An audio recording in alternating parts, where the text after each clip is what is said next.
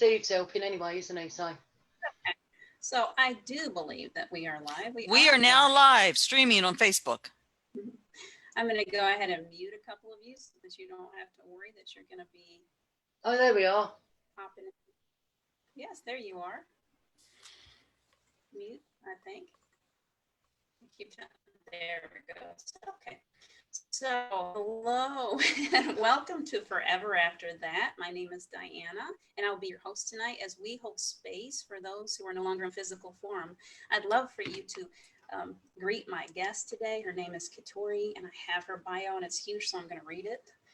Catori has spent most of her adult professional life in the medical field while pursuing her soul's path of service to others. She has studied mediumship at Lilydale, New York, which is very close to my home, and Arthur Findlay School of Metaphysical Studies in Stansted, England. Catori has been certified as an intuitive counselor and a past life regressionist. She is also a natural intuitive psychic with clientele for over 20 years. Jeez. Catori has been called to be a teacher of the metaphysical arts. Some of her classes include how and why to meditate, how to find your spirit guides and power animals, and communicating with your spirit guides. She is currently studying to be a dream circle facilitator with Atlantic University, a part of the Edgar Cayce Institute in Virginia Beach, Virginia. Wow, that is quite a bio. Welcome to the show, Catori. Diana, I am so thrilled to be with you. Thank you for inviting me. It was really an honor. I'm so glad to have you. We have known each other how many years? It's been quite a while. And I think 9 maybe? Very possibly. I've lost track. I know it was well before Steve passed. And so, I need to always, I think last week I didn't do this and he got angry with, well, he doesn't ever get angry, but I felt like I kind of let him down last week. So this whole show is really the brainchild. To me, it's the brainchild of Steve. It's like he has made himself so present in my life ever since he passed, him more and more. And so here we are now where I feel as if I don't know where I end and he starts anymore. He's just really become very integrated into my life. And oftentimes I've noticed lately that he literally, I get him right here and it's like, okay, go ahead and talk, Steve. He brings the sweetest energy into the room. And so for just a moment, for just a second, I'm going to just, if the Batman so chooses to join us here today, please, Batman, I feel your presence already. You may join us here in the show because I really feel like this is not just the Diana show. This is definitely the Diana and the Steve show. So welcome, Steve, to the show too. And Catori, welcome, Steve. Yeah. And Steve, I have to tell you, what really touched me about what a wonderful soul you are is that you have led Diane to a new love. What a generous and open soul and kind thing that was for you to do. You love this woman so much, you didn't want her to be alone. Yeah, he did. And he did it in a way that he brought me to somebody that is just, see, I know Steve, in life, he's so protective and always fixing everything. And he brought me to this man that's so protective and always fixing everything. I try to walk down the street with him and he's always moving me away from traffic or, and he fixes everything and he's so kind and he's so good to my kids. And Abby, my youngest, was Steve's baby, even though she wasn't his by birth. Steve and I started going out when she was not even 3 years old. And so she's his baby. That's the only daddy that she knew, Steve. And so very, very protective. So in this new relationship, she brought me to someone who is so, I actually had a vision of Jim walking Abby down the aisle someday. Oh my. So I knew it was it. I'm like, that's it. He's the one. Because Steve had said that when he found out that he had cancer, he told me that he was going to live long enough to see his children graduate from, well, first he said, see his children graduate. And I said, college, right? And he said, yeah. And I said, does that include Abby? Because she was a lot younger than his kids. And he said, yes. And I said, and I remember talking to him about that too, that it was so important. Always, it was so important to me that he would be able to walk her down the aisle. And so it was so interesting, beautiful to me. I was right here in these mountains where he brought me to, which is I'm right at the park where we had Steve's memorial service. I'm right up I can walk a mile to where I left his ashes. And so not only did he bring me, he brought me a package deal. Like he was like, all right, get in your car. California is not your place. Get in your car and start driving. And I promise I'll be with you every step of the way. And he brought us safely to here. I had seen a picture of what we were going to come to, and there was a sign in the window. And the first day that we were here, Abby looked up right here. We went to this park where I did his memorial service, and it was one of my favorite places.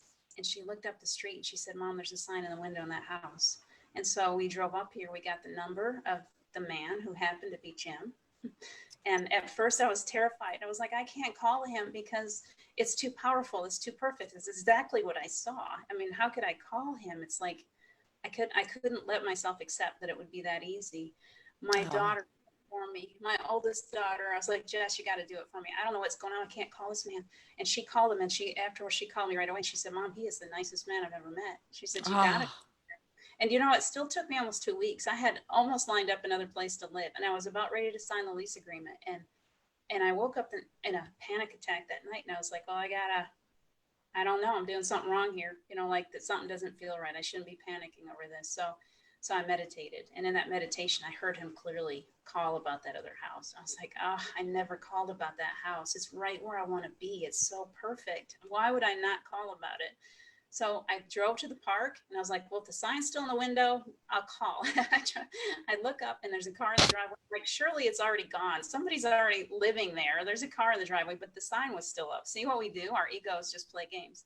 So I finally, after about 15 minutes of sitting there, maybe longer, I finally said, all right. I pick up the phone, and I'm in a panic state. And this man answers. I had just seen a car pull out of here and go down the street. And I'm like, I got to call him right now. And I called him. Jim picks up the phone, and he's like, of course you can look at the house. He said, please, yes, I'd love to show you the house. We stood in this house for 3 hours. The first day I met him, we stood here and talked for 3 hours straight. And it's just been, I've got the house of my dreams. I've got this man who is constantly bringing me beautiful gifts and populating the house with. And the other day I was looking at him like, I feel like Cinderella, just, you know, and the whole, I don't even know what to say. It's so perfect. So don't stop dreaming. You're on Treasure Island. That's right. It's my fairy tale.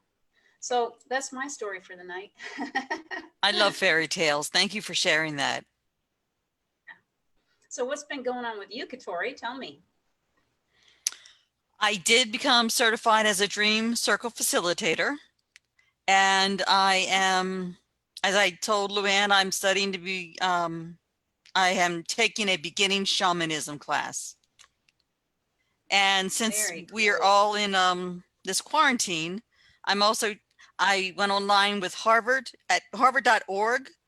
And you can study classes for free. I took a few philosophy classes. I tried to learn Chinese, and it is hard.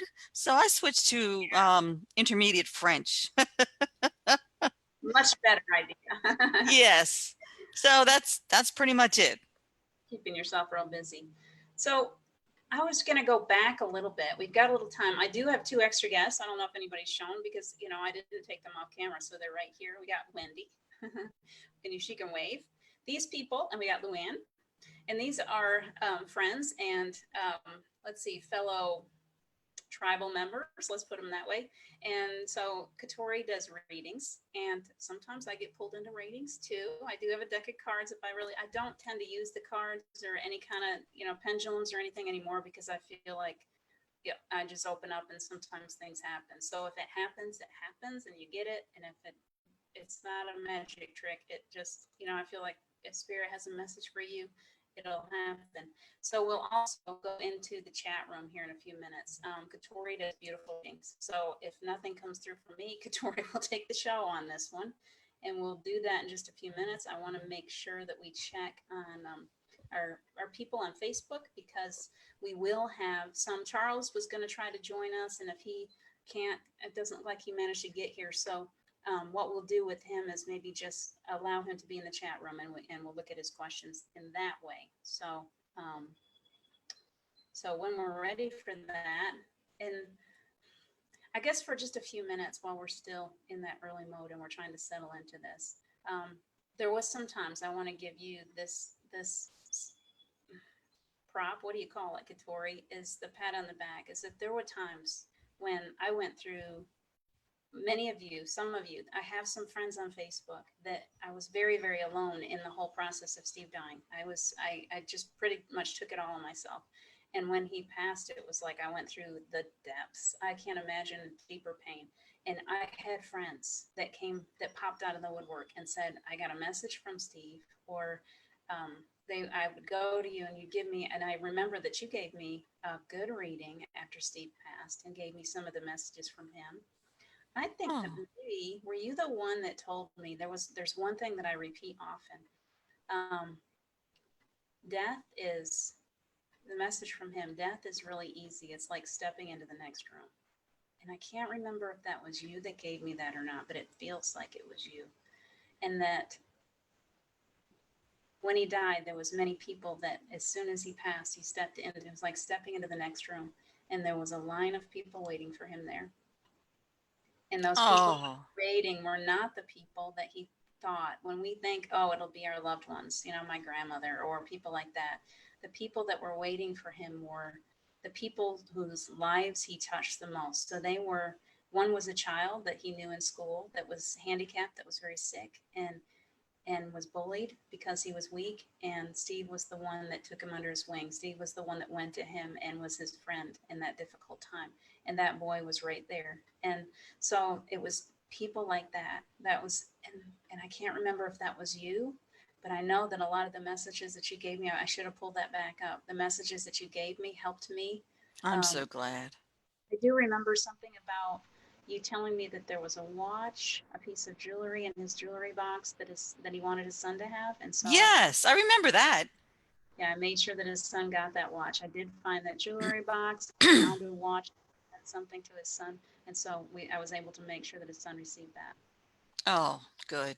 So I want to give you that. And that's how with all of the work that you do, it's beautiful. One other thing, I know that you were working as a death doula. Have you been able to do any more of that? Of course, right now we're kind of on lockdown, but your experience with the dying process, could you talk about that? I did. I was certified at a local hospital to become a death doula, and I went in because I've buried both of my parents, and I thought I could never be as affected by another death as that. So I should be emotionally okay. So I did assist with a few other passings, and I found out that emotionally it really was very hard. Mm-hmm. Um, I haven't done any at all this year. I kind of asked them to please put me on hold because I did find myself getting just going down a rabbit hole every time I did this. So apparently I wasn't as emotionally secure as I thought I was. Mm-hmm. I can imagine. I've thought about doing that same line of work just because I feel like the dying process with him, even though it was the most painful experience I've ever had, it was also one of the most beautiful experiences I've ever had. And the only thing I can compare it to is childbirth. It's like so sacred. And Mm. in that time, in the last couple of hours, because he died at home in our bed, I was able to just climb up beside him. And I just kept talking to him, and he wasn't able to talk to me. But there was a couple of times that he actually showed that he was still there. I remember at one point, the nurse told me to hold his hand because he was moving his finger. And so I was able Oh, to hold his hand. Or when my daughter came in, she was crying quite a bit, and a tear rolled down his face. So I oh, know that he had some, even though he wasn't able to communicate with us, I know that he was still there. And there was something so sacred in that whole process. And I try to give that to people too. I work with the inner child a lot, and it's all playtime. This side of me is every bit is um, what's a good word for it? It's important to me. It's important to me, and the reason why I want this show is because I want you to not stay in that place. I don't want you to stay in the place of this person is gone forever, and I have no idea where they went, and I'm scared for them, and all of that. I mhm. want the show to be a platform where those who have passed, who are happily on the other side, who are powerfully on the other side, can find a way to come back into contact with those that are hurting because of their loss.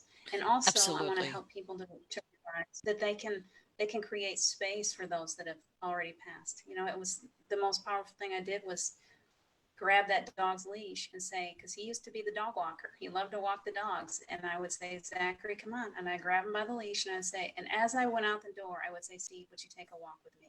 And that was Oh, like within the first couple of days. And I felt his presence. And I would see him in everything. You know, when the sun touched my face, and a butterfly, and the rainbows, everything, I stayed open. That's the thing, is can we stay open somehow instead of looking at those shoes in the closet that he's not going to wear anymore, or the clothes? Those are the landmines. yeah. It was horrible. I had to clear a lot of that stuff. And yet when I was still, he would wrap himself around me in a way that there was no doubt that that was him. It was like the biggest bear hug, so strong that I couldn't Oh, even breathe through it. And he made himself available to me, and he pulled me back from the depths, because I truly, within a couple of days, I was ready to step out from the car. I was truly, truly so far gone, and he pulled me back. And so this show is all about all of us learning that those people that, even though they've left their physical bodies, they're still so close, and they want people to absolutely. know that What a they're there. beautiful soul mission. I know after my father passed, I was walking his dog, who I took after he passed. And we were just walking, and all of a sudden my father was there, and he said, I'm not there with you anymore, but I never left you. Ah, that's perfect. Beautiful. Oh, what a beautiful message. You know, like I- I want to tattoo that someplace because that's exactly the feeling that I get with Steve. You know, it's yeah, like he heard me when I cried out at night. I may not have felt him in the pain. That's the most important thing to tell people, is when we're really, really solidly in that pain and we can't help it. You know, it didn't matter. Like, there's a place that you go, even though he was very, very present in my life, there's still the grief. We can't get past it. We still suffered a huge loss, and we're still going to have to go through all that pain. We got to feel it. We can't and you heal it. have to feel it. You can't skip a step. That's You've right. got to feel the grief, and sometimes it comes in waves. Mm-hmm. You're down the rabbit hole, and the next day you think, well, I think I really, I got past it. I'm okay now. And then 2 weeks later, something triggers you, and Yeah. it's so you Come on. have to expect that and feel it. Let yourself go through the process of grief. I was literally on my bathroom floor, curled up in a fetal position. I mean, that's where I found him. I write about it a lot. On my bathroom floor, I went in there. The kids, I had lots of kids, and I needed a place where I could just grieve. I didn't want anyone to see me grieving. Not even him. I Oh, found that before, while he was still alive. It was like I didn't want him to know how much it was hurting me. So I would go in there, and after a while, I got down on my knees and I started asking. I was like, please let me heal this man. Please give me healing. You know, I was begging God, like, please, I know I've got some healer in me. I felt it. I know it. And I was asking and asking, and I would go. I remember one time my hands were just on fire. And I walked back out. He was sleeping in the bed, and I started putting my hands over his body. And I was running him very slowly, like scanning. And I would feel the energy come up through my hand and into my heart. And I was like, oh my gosh, I feel where his illness is. And I thought, oh, they're giving me the word. wow. You know, I thought I could keep him. I thought, oh, well, this must mean that I am able to help him to heal. Well, what it did was, I had him home with me he came home from the hospital Thursday. He died on Tuesday. It was Labor Day weekend.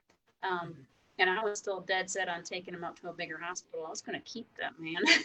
He just was so sick. And yet, in the last few days, when I started really focusing that healing energy on him, suddenly he didn't need all the pain meds. Hold on, we got a little internet connection problem, so hopefully this gets through. He suddenly didn't need as much pain medication. He was resting much more peacefully. My job was never to save Steve in physical form. He was supposed to go. It was part of our plan. He was supposed to go, but he woke me up. In the process of him dying, he woke up my inner healer. And I just, Oh, it created something in me that I wouldn't have gotten to if I hadn't gone through that depth of pain. So that's my reminder to people. We go through this stuff. We came to the planet to experience all of it, the pain, the love, the joy, all of it. And yes. and those things that hurt us the most hold the greatest opportunity, which is hard for people to understand. Yes, absolutely. So we're up to 7:20. I would like you girls, you extra girls, we'll unmute. Remember what I said about the blooper reel? Um, I would like to just take a moment to open up the floor. Let's ask Archangel Michael to protect us in this healing space. We really, really need that protection. So we're calling in our own team, everybody's team. We're all protected. And whatever happens here is only for the highest of good for those people that join us, for anyone that would like to get a reading. If you are in the chat room, I'm going to be opening that up in just a few minutes to take a closer look. So if there's any questions for Catori, we'll ask those questions. If you are feeling any kind of spiritual, you feel like you need to connect, I ask you to focus your energy on that loved one. Allow them, help them, open the door. And I'm calling in Steve too, because oftentimes when Steve's energy is here, it's like he leaves the door open.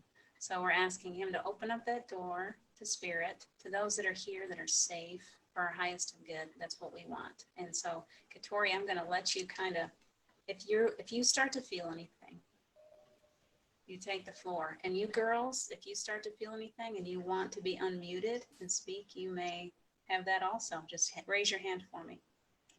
I'm going to look us up.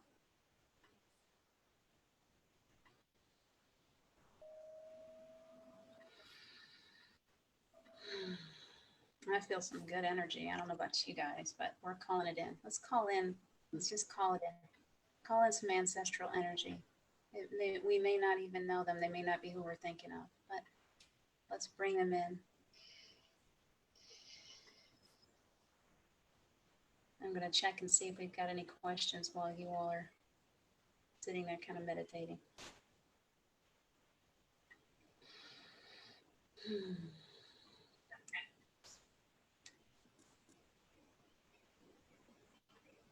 Okay, Geraldine is saying hi.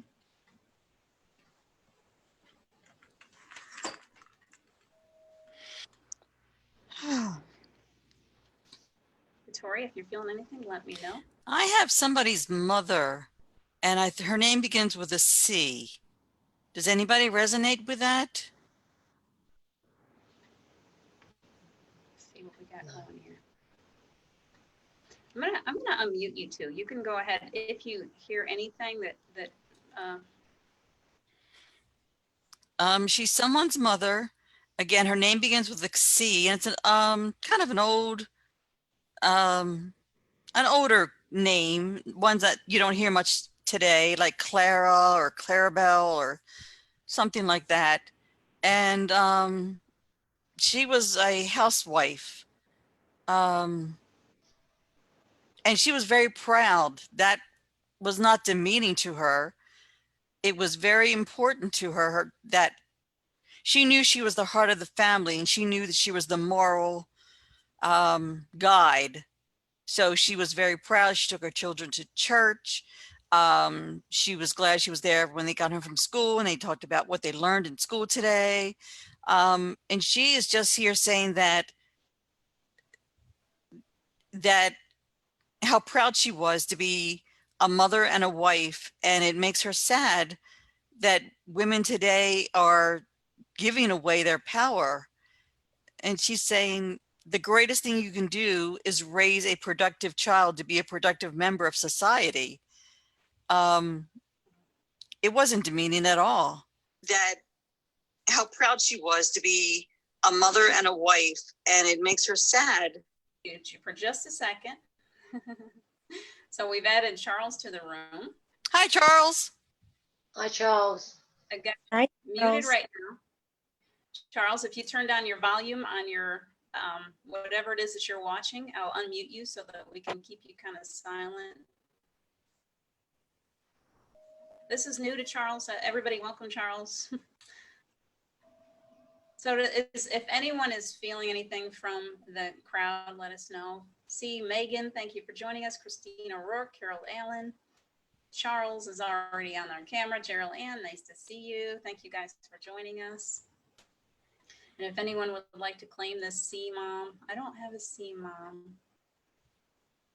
but she sounds like an incredible person. And I'm glad that she's jumping in here, truly. It's, we're drawing in this energy. And sometimes as we draw in this energy, we don't always get questions for the people that are in this. We will, oftentimes they piggyback on Steve or, any other spirit that may come in, they tend to piggyback. So she has come in. She's got a beautiful message for us. You look like you've got something, Catori. No, I was just saying, just piggybacking, is that a word? On what you were saying. I'm not sure if she's actually here for anybody. She just came through and said she had a message for women that we should be proud to be mothers and wives, that it's a honorable thing to do to raise children who turn out to be productive members of society. Or little light workers. I'm a proud mama. I'm a scared mama tonight, and I'm a proud mama because I have kids that are willing to go out. Yeah. And I have Caleb, my nephew, who are going out on the streets and they're standing up for what they believe in. And so I'm right there with your spirit that's come through, is that there's no greater occupation to me than to be a parent and to raise children who are willing to step into their own purpose in life. Yeah, and going out and having the courage to stand for your convictions. That's right. Shows a soul level and a maturity. Yeah. So you should be proud. Those are wonderful children. I am very proud of them. I don't think they're watching, but I'm very proud of them, every one of them. So Charles, did you have a question? Oh, I don't know. It's my wife passed away, and I just got so much energy, coming to me. I'm so connected to the divine one. It's like every night he comes to me. I've been having dreams and seeing things. I seen him put the cross on top of my head, a blue cross, and it turned white. Wow. Powerful, powerful stuff. Crazy stuff. Mm-hmm. I had cats coming out, spirit cats coming out of my dresser that I took a picture of. All sorts of crazy, crazy stuff. Wow. It's like I'm in another realm up there, Well, do you have a message for us? Is there anybody coming through to you? No, it's not right now, no. Okay. Yeah. What I would say too, oftentimes, Charles, is what happened with me is that Steve stayed so close after he passed that it was kind of like I had a much closer connection to the other side. And so you've recently lost your wife. And so there's a very good chance that if she's staying close to you, that your abilities are heightening. They're expanding much more quickly because she's staying close. Do you Absolutely. feel like she is? Mm-hmm. She actually comes every night to me. Charles, I'm sorry about your loss. How long ago was it? Just in March 26th. Oh, I'm so sorry. Yeah. But it opened this up. This is all new to me. I don't, I never did any of this stuff, didn't know anything about chakras and all this other stuff. And, it's like, it sounds like she gave you a final gift. Oh, yes. And it was strange when I used to work. Well, actually, I've been up there. I had an aortic dissection, and I was on a heart bypass machine.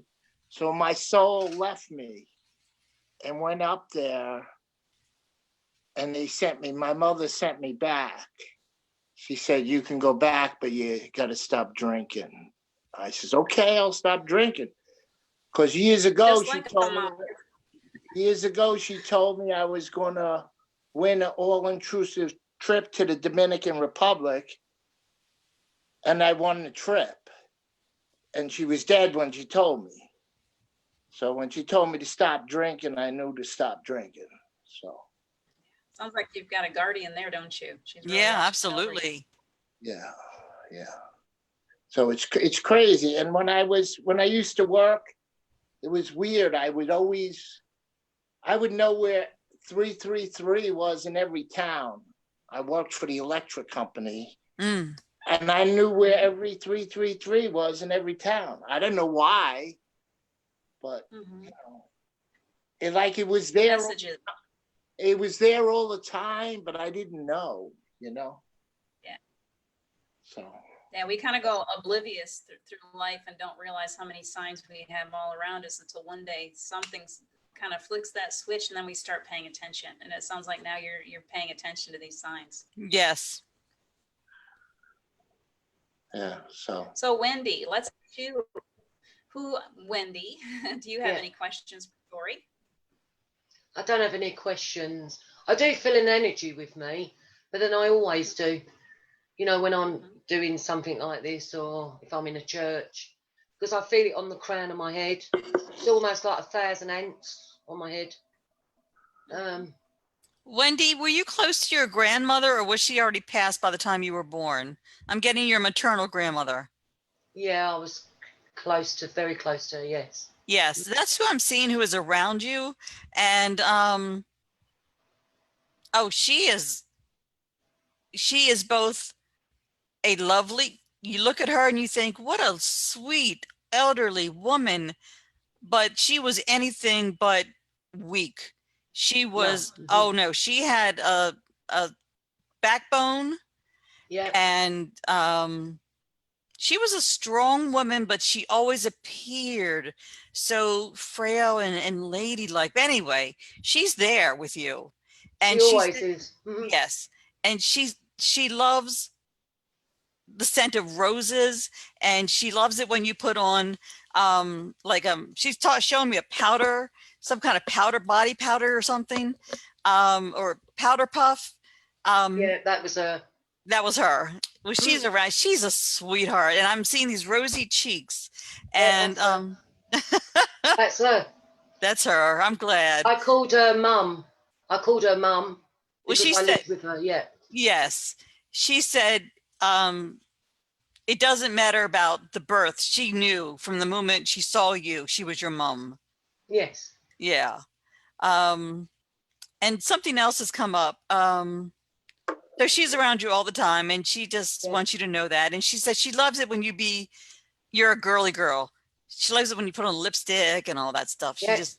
She just likes that.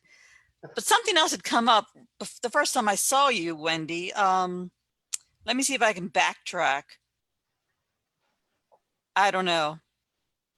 I'm a medium and I'm a psychic, but sometimes I can't remember what I thought of 5 minutes ago. No, I that's don't know it. how that works. If it comes back to me, I'll I'll let you know. Okay. Thank you. She'll be here. She'll be waiting. That was around. her though. Oh, well, is. I mean, she's still I got there. her cheeks, big cheeks. Oh yeah, big Rosie though. She had that beautiful porcelain English skin. She did. Mhm. Yeah. And she is in the higher place, and she's really taking she's doing a lot of what she calls heavenly social work. Oh. She is helping others who are still on earth. And it's something to do with World War II. Was she in England during the bombing of World War II? Yes, she was. Yes. Okay, well, she was even then doing some kind of social work, not paid social work. She was helping to take care of kids or feeding people or something. She just jumped in and said, okay, something's got to be done. And she With did children, yes. Mm. And that's what she's doing now. She said it's called heavenly social work. And now she's laughing, and she said, but just like on earth, I'm not getting paid. Yeah. Stand why. She's a character. Yeah. We know where you got She it from, was. Wendy. Yeah, from her. Yeah, I'm a lot like her. Mm. Very sweet. No Yeah. wonder she wants to be around you. Luann, you got a question? I don't know if I really have a question or not. In the last year, I've discovered that I am clairsentient. So you feel things? I feel my first experience was I was visiting a friend, and as I'm walking around her apartment, I'm feeling this brush against my leg constantly. So I said, Karen, do you have a pet, a cat, a dog? She said, well, I had a dog that's passed away recently. Oh, he was still Her there. dog was there nudging me so I could tell her he Okay. was with her. Yeah. And Luann, I'm sorry, I don't want to be rude, but I have to go back to Wendy for a minute. Sure. Wendy, your grandmother was a little offended that we just dropped her. So Oh, okay. I want to Oh. say I'm very sorry that we just went to Luann and didn't say thank you for coming by. And she said, well, okay, she just wanted to be properly thanked, as that is that's etiquette. And she said etiquette doesn't end on earth. So That's right. thank you, ma'am, for coming by. And I do apologize for not acknowledging you and your contribution for tonight. And I am so privileged to have had the honor of speaking with you. She was never like that though, Catori, in life. She was very placid and very unoffensive to everyone. You know, she see all and heard all, but she didn't say anything. She wouldn't offend anyone. Oh no, but this time she wanted to make it known that she thought, Okay. oh, wait a minute, don't leave without acknowledging that I was here. Hold on. So we did acknowledge you. Thank you, ma'am. Yes. What is Now, her name? What is Wendy, her name, Wendy? Her name was Doris, but everyone called her Dolly.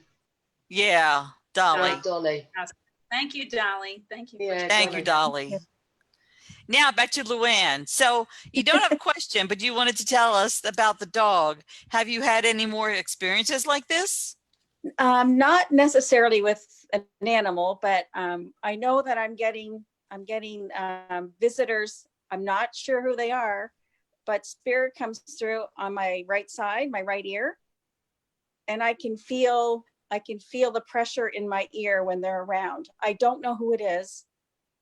Well, you said you don't know who it is, but then you said they. So is it a they, or is it a one person or one spirit? I'm not sure. It could be more than one, but I'm getting that pressure, that visit on my right ear.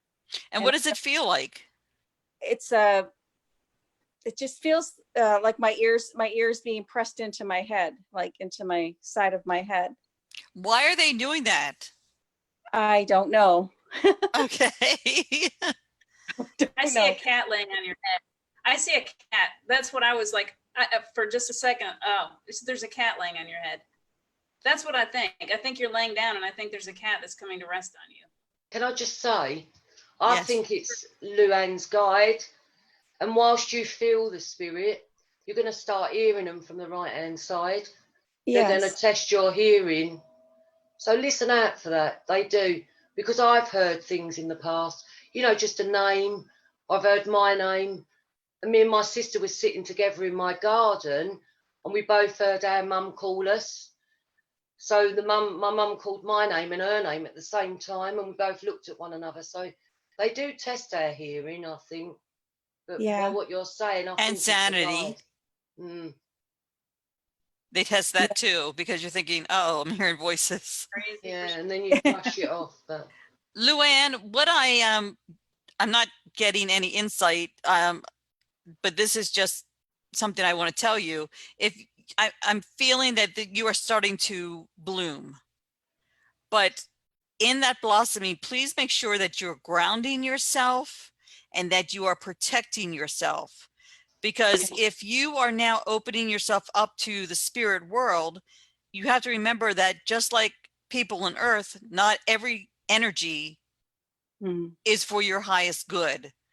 Do you know how to ground yourself? Yes. Do you know how to protect yourself? I usually ask for the white light, golden white light of Archangel Michael as well. Oh, good. And do you ever smudge? I did about a week ago. I haven't recently. Okay. So, okay, then that's wonderful. Just to keep yourself protected, because I mean, there are tricksters on the other side too. Yes. Okay. You hold yourself in a higher vibration too. That's how I've always done it. I Mhm. can, if I fall into if I'm like really depressed or anything like that, sometimes that's when I would get attachments after Steve died because I was way down. You know, like they're going to get you at the level that you're at. So the At moment the level that you're at and the level that they're at.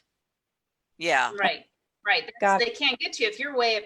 You're holding yourself in this higher vibration. Then Yes.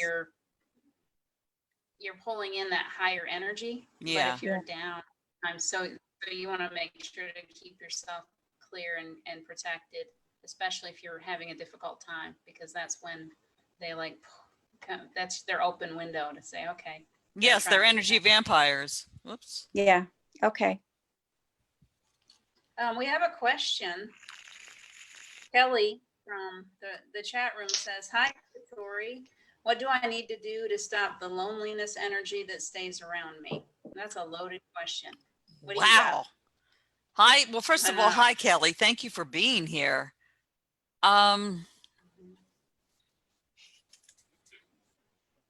That is wow. That's like saying, can you describe Africa? I mean, it's huge. Huge. Diane, can you take the lead on this and I'll jump in? I'll do my empath thing. Okay. Because Katori's he's more than I do. I feel everything, and I feel like that loneliness energy is something that is weighing on you. Let me go ahead. It's like coming up my throat right now. There's a loneliness in you because you're carrying, like when we talk about what protecting ourselves, you want to protect yourself. There may very possibly be an attachment that when you have an attachment, they make you, they don't mean to, but you're feeling the energy of where they are. And if they've died and they're still earthbound and they're still in that real strong loneliness, that could be part of it. There could also be something that you need to unblock. You have some energy that's blocked up inside of you, and we do clearing exercises that help to release that. It needs to come up. Right now we're in a time where we can't carry all these lower vibrational energies around with us. So if you're carrying this constant lower vibrational, that is, loneliness is lower vibrational energy. And if you're carrying that, not only are you wide open to what we were just talking about, but you're also not able to move forward into this, lighter energy. It's holding you down all the time.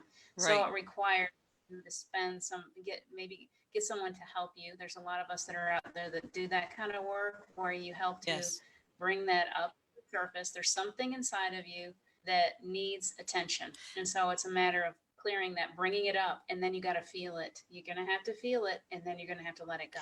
Don't hold on to it. Remember to let it go. I agree with Diane. And what I'm getting, Kelly, is that loneliness is a manifestation of fear. Inside you, there is a lot of fear. And I think it's fear that stems from some childhood issues, a childhood trauma, or just this childhood insecurity that somehow you weren't good enough. And you have a fear of exposing yourself because you're thinking, if they really see who I really am, they see I'm a nothing. So rather than put yourself out there, you kind of stay within. So Kelly, there are definitely some chakra blockages with you that need to be cleared. Your root chakra is definitely blocked.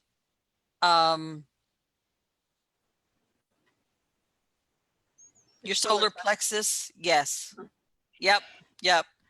And the thing is, the thing you want most in the world is the thing that you yourself are stopping you from getting. And that has got to be a very difficult emotional place to be. That the thing you want is the thing you are most blocking. So I know Diane does chakra clearing, don't you, Diane? I would highly recommend that you speak to Diane afterwards or contact her about a chakra clearing. And just remember, Kelly, this loneliness that you're feeling Of course, it could be an attachment, but it could also just be, and I'm getting this, a strong feeling of fear of revealing yourself, getting close to somebody. But that's what you want to do. You really want to have somebody there. You're just afraid of revealing yourself.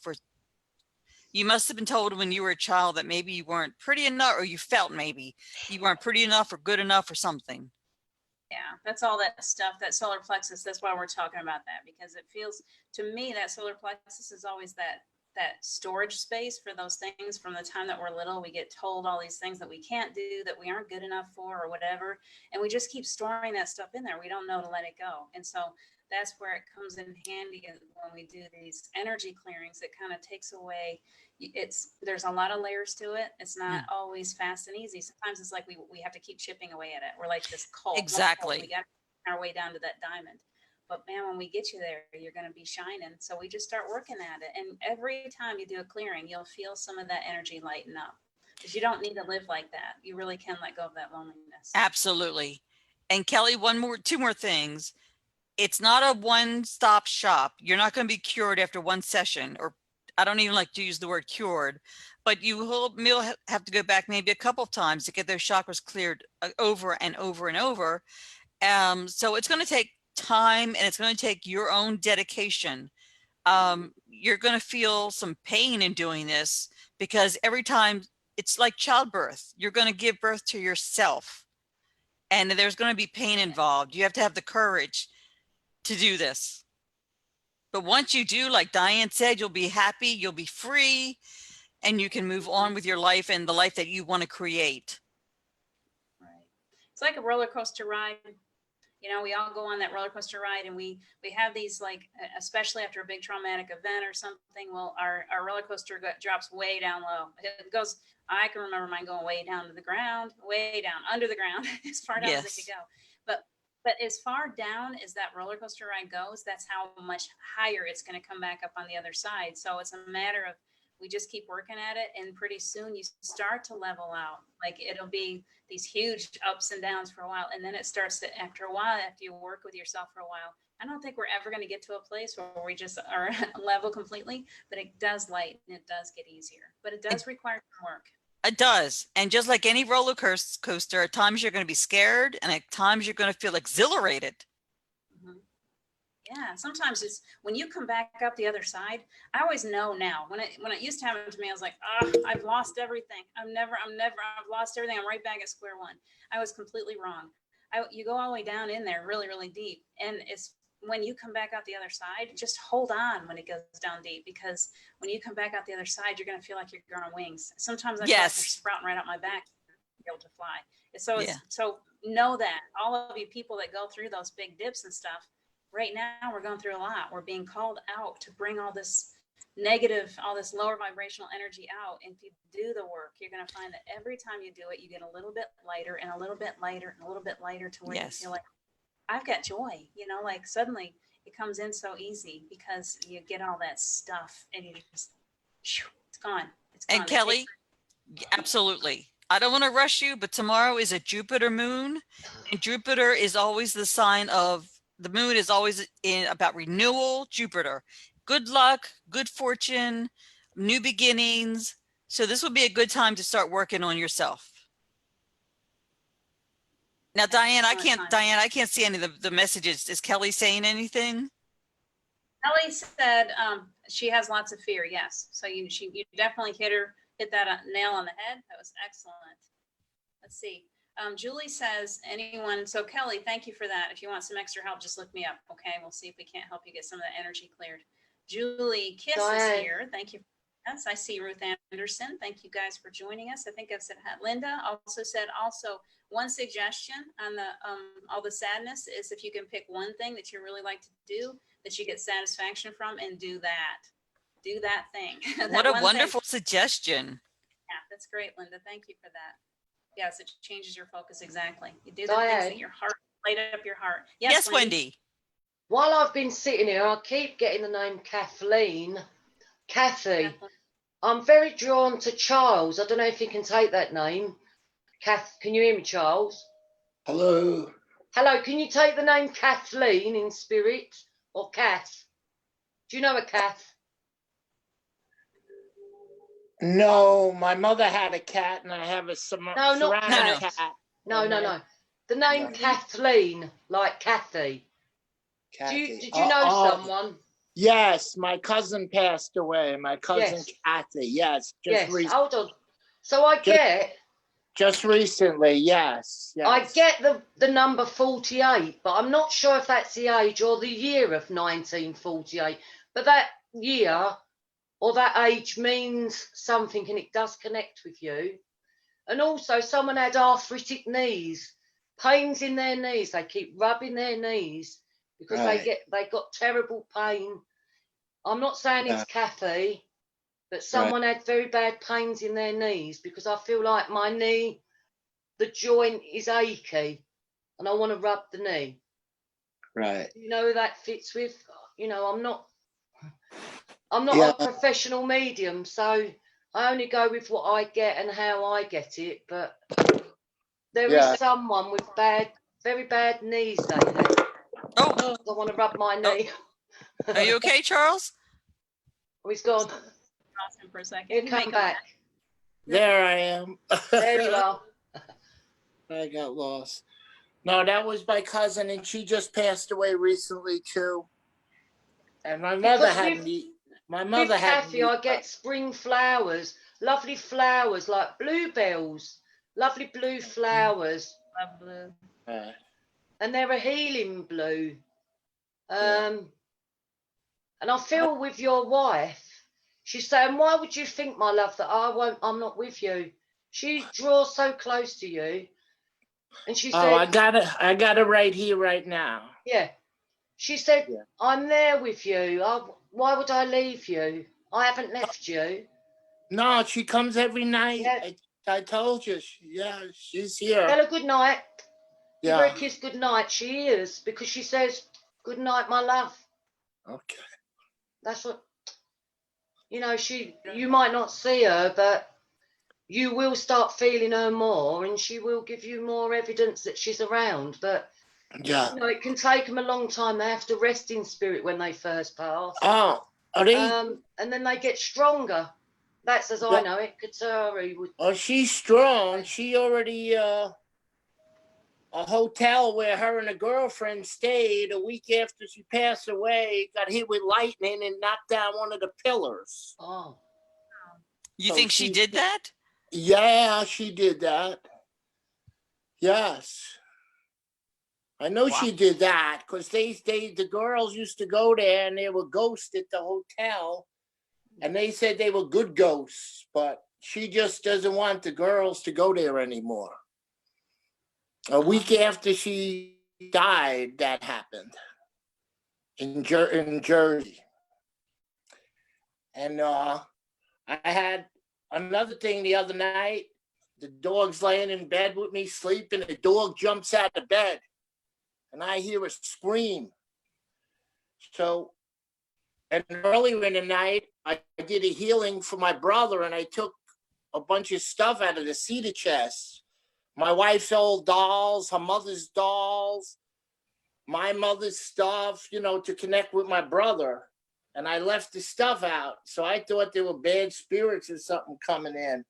So after the dog jumps off, I hear a scream. I sage everything. I put everything back in the cedar chest at 3 a.m. Then in the morning, I meditate, laying in bed with my arms out. And I had been gardening for 3 weeks, pulling weeds and spreading 20 yards of mulch, and my hands were hurting. And he says, that was me. That was where I was nailed on the cross. Oh, interesting. Wow. So that's how connected I am. I'm like in this Celtic circle or whatever. I'm up there. It's like I'm in another realm, I guess. There's different. I don't know these things, but I just starting to learn about them. But there's different levels, and I'm Mhm. just like in another level. It's Wow. yeah. That's a whole nother conversation. Charles, I got to cut you off for just a minute because we're getting ready to run out of time. I got one more question real quick to close this, but thank you for those stories. That's amazing. Amazing. Right. Yeah. Let's see. Julie has a question for you real quick. And Kelly said thank you. So you did help her a lot. Julie, anyone have any feelings of the name of my spirit guide? Did we pick up any names for her? Do you know what name I get? Meredith. Meredith? Catori. Meredith. How are you? Give you some time here. Meredith. Her name is Julie. Can you just give me her last, I'm sorry, the initial of her last name? Okay.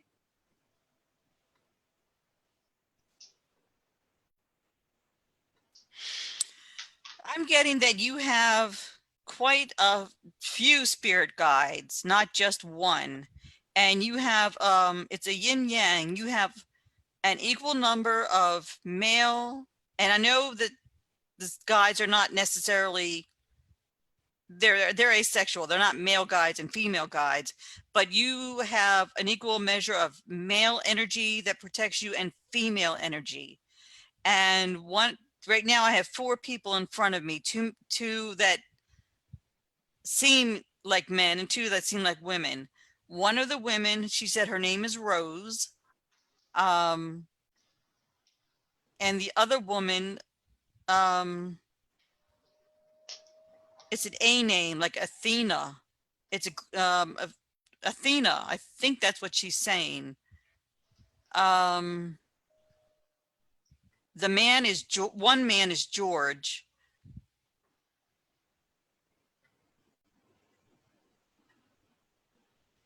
The other man is joking. He said, you couldn't pronounce my name on earth. You just couldn't. So he said, but you can call me. Okay. It's either Eric or Aaron. I'm not, I think it might be Aaron.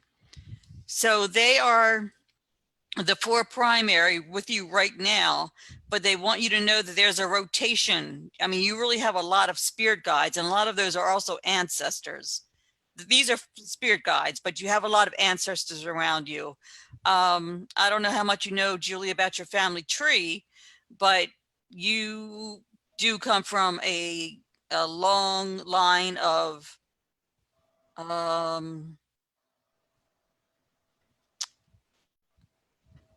you have bloodlines that go back centuries. Well, we all do, I'm sorry, but these people have not, their spirit is still with you. People who they were almost like your guardian angels when you were born, because they are part of you. They're part of your blood. Julie, do you know where most of your ancestors come from? She says that she has an Uncle George and an Aunt Rose. We have to wait. A little slow. In the meantime, I don't want to break you out of that. We're running out of time. So I just want to thank you guys. And if she comes back with an answer on that, we'll finish it up. But we're almost out of time. So I want to thank you, Catori. Hold on. Yes, Italy. Does that help you? That makes total sense. I got a Mediterranean feel. So, and it was, I think the thing that was coming to me most was that the closeness over the centuries of the bloodline. So these people, even after passing, that closeness is still there. So they are with you all the time. But that's beautiful. So there's 4 spirit guides, and I know we have to go. Diane, Julie, first of all, thank you for asking me that question. Thank you, Kelly, Charles, and Wendy, and Luana. It has been a pleasure. And Diana, most of all, thank you for allowing me to be on your show. Thank you, Thank you Catori. for my It's really, message. really. Yeah. Here, I was gonna, Luann, let me. If you've got anything to say, or just give us a wave, that's okay. Yeah, thank you so much, Catori. It's been such a pleasure having you here tonight and being able to talk with you on the show and all of our conversations this week. I'm so glad to reconnect with you. You're just a gift. So thank you so much for joining us. If anyone would like any more, if you have any more questions, anything, just go ahead and put them in the chat room and we'll get back to you after that. But we're just about out of time. So thank you everyone for coming. Luann, Wendy, Charles, Catori, thank you for being here this week. Thank you. And I hope you'll join us again next week. Next week we have, believe it or not, we have, can't remember his name, Caleb. He's my nephew. Oh. Caleb will be here, he worked with Paul and I on the book. He did the photography. He's an amazing photographer. He sees light in a way that I don't think anyone else on the planet can. He also has written a book. He's an incredibly intelligent, well-spoken human being. And I can't wait to share the stage with him next week. So I hope that you all will join me here next week with Caleb. That Thank sounds you so like a much. lovely invitation. Thank you. It'll be a lot of fun, I promise. He is hilarious. So we always have fun when we get together. So you guys take such good care of yourselves. Have a beautiful week. We will see you next week. If you tune in Monday at 3:30, 3:33 with Geraldine and I, we'll be doing a new show called Silent Mystics. Okay. I'm blank all of a sudden, but it's all about people being able to bring their voice forth, their beautiful mystical stories. So I can't wait to share that. And tomorrow morning I'll be at the playground at 9:30. Please And see me there. I love you guys. Love you too. And I'm putting this in my phone. That's all. Bye. I'm not ignoring you. I'm putting it in my phone. Bye-bye. All right. I love you guys. Take good care. Bye now. We love you.